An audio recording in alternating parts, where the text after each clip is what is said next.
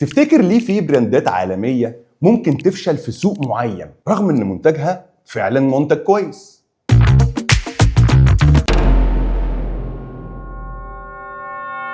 السبب ببساطة انهم ركزوا على حاجة واحدة ونسوا الباقي. التسويق مش اعلان بس، التسويق هو خلطة كاملة.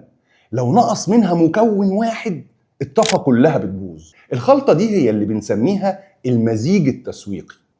المزيج التسويقي او الفور بيز هو حجر الاساس لاي بزنس ناجح، وهو ببساطه الاربع اعمده اللي شايله مشروعك. اول عمود هو المنتج، وهنا السؤال مش انت بتبيع ايه، السؤال هو انت بتقدم قيمه ايه.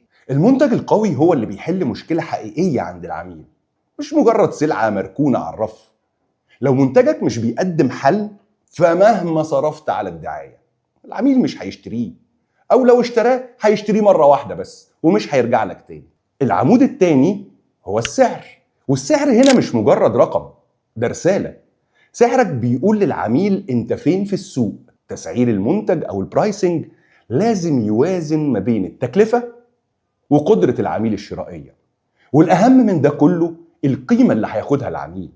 لو سعرك قليل زيادة عن اللزوم العميل هيشك في الجودة، ولو غالي زيادة عن اللزوم من غير قيمة واضحة العميل هيهرب للمنافسين بلا شك.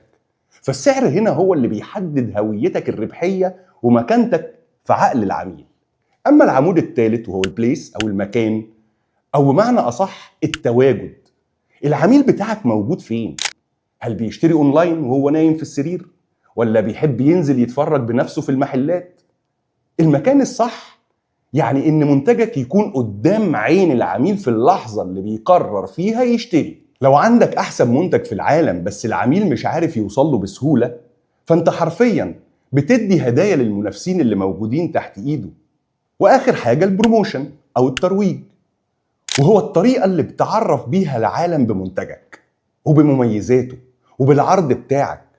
هو مش مجرد إعلان ممول حضرتك بتعمله، ده بيشمل العلاقات العامة والمحتوى اللي على السوشيال ميديا، وحتى طريقة كلام خدمة العملاء أو السكرتارية اللي موجودة عندك. الترويج الناجح هو اللي بيوصل الرسالة الصح للشخص الصح في الوقت الصح.